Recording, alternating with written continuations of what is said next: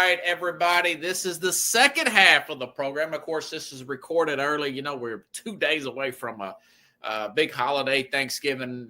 Want to get Mike in a little earlier and get him taken care of. He's probably sure, like everybody's got some Thanksgiving plans. Mike Richmond back, as you guys can see at the bottom of the screen. He's the author of the George Allen book, which I have right here. A huge book there, by the way. A Football Life, and the forward was by the great Dick Vermeil. So let's bring Mike back on the program. Hey, Robert. Good to see you again, Mike. Okay, now you were telling me something backstage. You got into some type of Hall of Fame Saturday. Let's hear it, man. Yes, thank you. The induction was on Saturday evening. Okay. I got into the Greater Washington Jewish Sports Hall of Fame, which is comprised mostly of athletes. I got in for my journalistic work. I mean, there's some iconic names that are in there based on their sports journalism, broadcasting, things like that. I mean, it's an honor to be in there with people like Shirley Povich, the great Shirley Povich, George Solomon, Len Shapiro from the Washington Post, and Steve Buckhands, and fellow broadcaster, Andy Pollin, iconic DC radio voice. So I am now part of that. And John Feinstein, highly acclaimed sports author. So I'm now part of that. These are big names. Yeah, they congratulations, man. I mean, that's awesome. Now, you mainly do you just write books, or you don't write for a publication or whatnot? I'm sorry. Here's the award. Yeah. Oh, yeah. I primarily, I write for publications as well. Now it's just entirely books in terms of my freelance work. I'm not aligned with any newspapers or magazines at this time, but that should happen again in the near future when I have more time. Okay. Yeah, I hear you. Hey, let's fast forward to Sunday.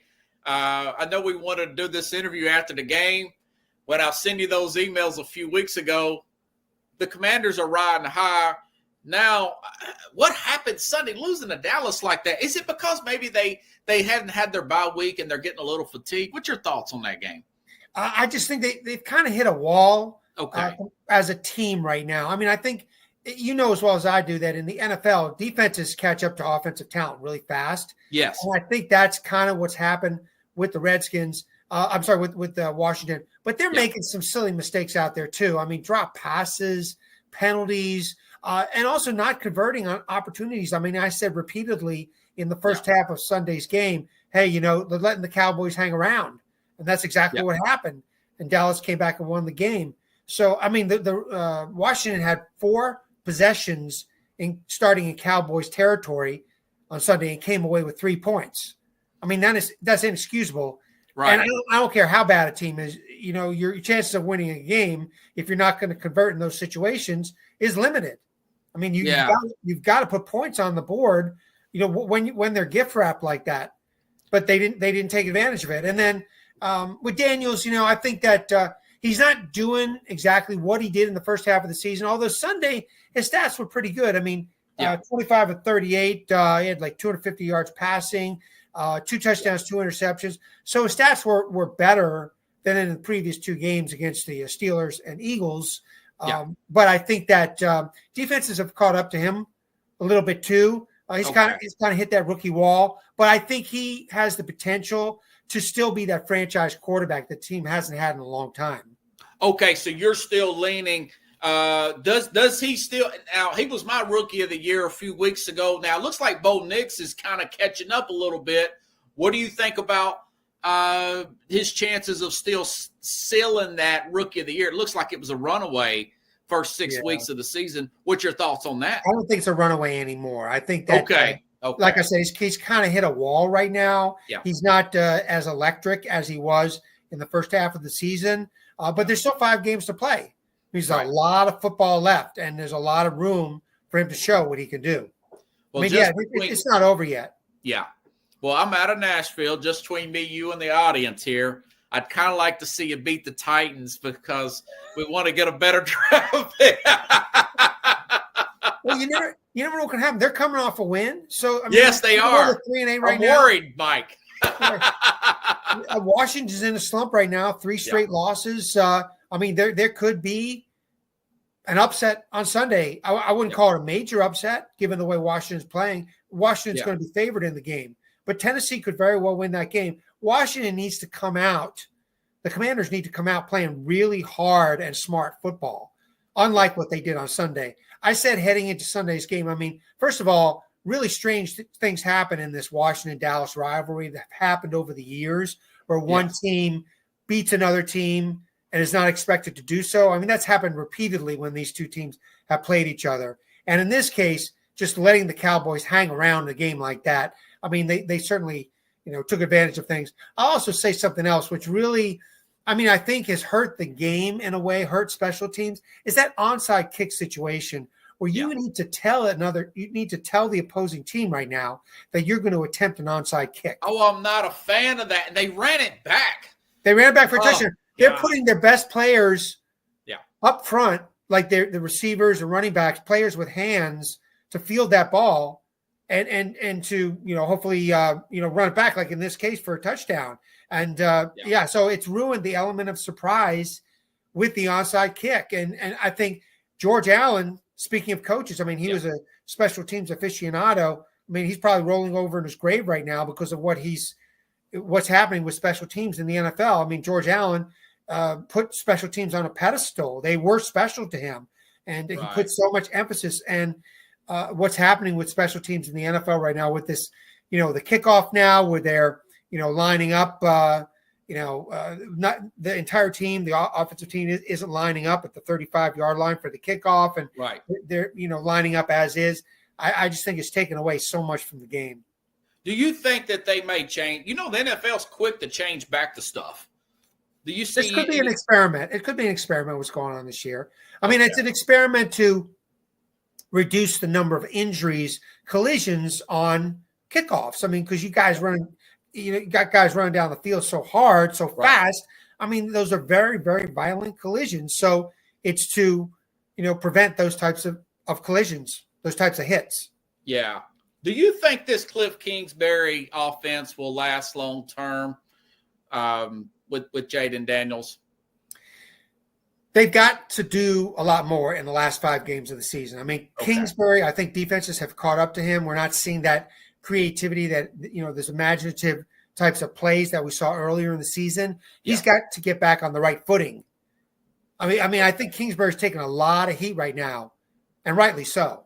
Okay. I mean, the offense is just bogged down, but they're making silly mistakes out there too. Just a lot of drop passes. Okay. I mean, I think that's really, really hurt them. I mean, the Steelers game, the Eagles game, and even on Sunday, just a lot of drop balls. I mean, you can't do that in the NFL.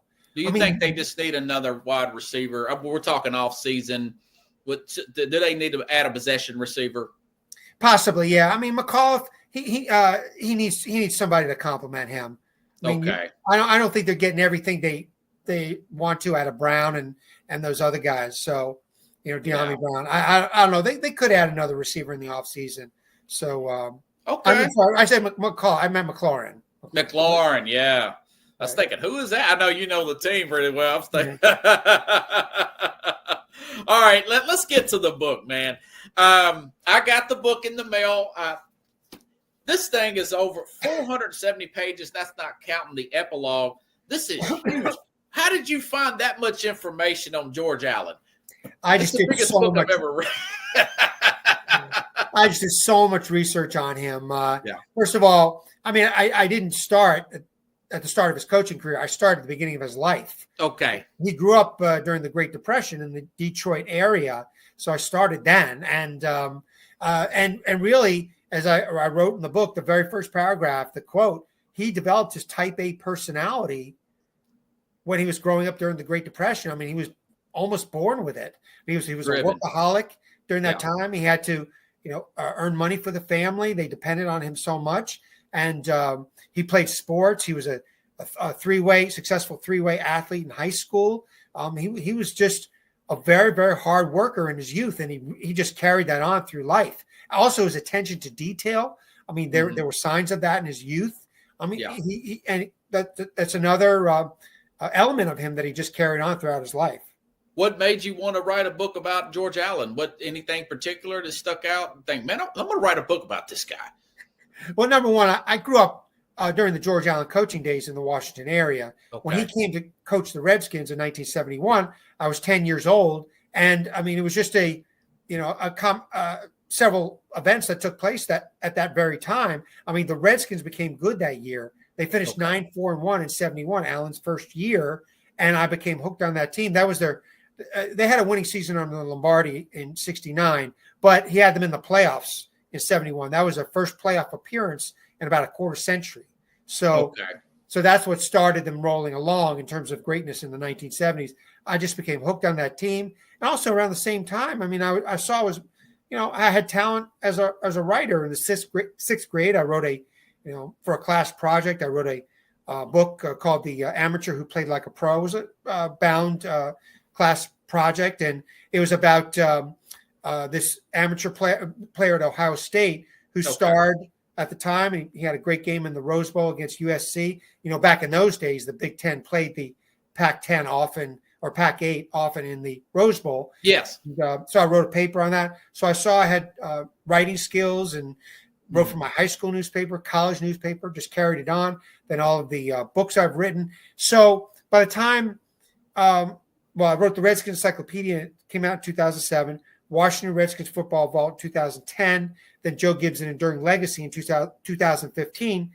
There was one more piece to the puzzle, and that had to be George Allen. Oh, wow. That's the answer. It's a long-winded way. Yeah, I get it. All the pieces came together, and I had to be the person who wrote the definitive biography on him. What would you say to a young football fan, because my dad's 68. He's barely heard of George Allen. And how would you sell this book to someone who's never heard of George Allen? Number one, I would say he was one of the elite coaches in the league in the 1960s, heading into the early 70s with guys like Don Shula and Lombardi. Okay. You're reading about one of the elite coaches in the league, Hall of Fame coach. He has the number 3 all-time regular season winning percentage behind John Madden and Lombardi. Innovator. Ooh, some big names. Yeah. Wow. Innovator on defense and special teams, major reasons that he's in the Hall of Fame. And there were those other characteristics of him, such as what I described to you. Yes. Be a great person to learn from in terms of his work ethic and his devotion to success and being the best that he could be. I mean, those are all things you could really learn from him. His success as a coach, his success in life, and the characteristics inside of him, his intangibles that made him a great person and a great coach. Also in the 1980s, he was the chair of the President's Council on Physical Fitness and Sports under Ronald Reagan. Another reason he was a model, George Allen, he was in great shape physically. I mean, even into his early 70s, he ran, he did all types of other calisthenics. He was just terrific shape. He ate very healthy food. That's what we should all learn from him. He looks like a military guy. That perfect haircut and that face, and you could tell he's in good shape in this picture right here. He nearly served in the military. In World War II, he was part of what was called then the Navy V-12 program. Okay. A lot of people went into that program. It was kind of a precursor to the GI Bill. During World War II, a lot of people who went into the Navy V-12 program, the government paid for their college education, and then in turn, they would eventually become Navy officers, thinking that the war was going to continue. Allen never went into the war. I mean, he last served in the Navy V-12 in like 1944 and 45, and the war ended in 45. So, but that he nearly went into World War II. If it had continued, he probably would have. It's pretty much the greatest generation, or right around that point. His generation. Let's see. Okay, now Dick Vermeil wrote the Ford. What's the story behind that? Super Bowl winning coach, their audience. Sure, great coach. Well, he was Allen's first true special teams coach in 1969. I mentioned earlier about Allen's devotion to special teams and how he put so much emphasis on special teams. He needed a special teams coach. So Vermeil in 1969 was Allen's first special teams coach. Marv Levy the same year was hired as the Eagles special teams coach. Wow. So Vermeil and Levy were the first two true special teams coaches in the NFL in 1969. And then Levy became Allen's special teams coach in D.C. when Allen became the Redskins coach in 1971. Wow. That preceded Levy's entrance into into head coaching. He was a head coach in the CFL. I'm excited about reading this there, Mike. I'm not just saying that because you're on here. We need to cross paths, Robert, because I got to sign that book for you. Well, whenever you come to Nashville, or you got to get me down there to the Grand Ole Opry. I've never been to the Grand Ole Opry. I got to come down there. There's a lot. Well, it's good music here. You know, I drive Uber on the side. Keith Urban was playing last Saturday. A lot of great stars here. We got the Country Music Hall of Fame. You know, I'll definitely get you to sign it. And I'm going to read this, and I may do a follow-up if you want to interview. I have a few questions at now. It may take me a while. I'm working 2 and 3 and 4 jobs to keep this program up, Mike. I'm independent like you. I just don't want to work for anybody else. Is there anything else you need to add or plug, my friend? We talked about George Allen book. We talked about a revival of the Redskins logo.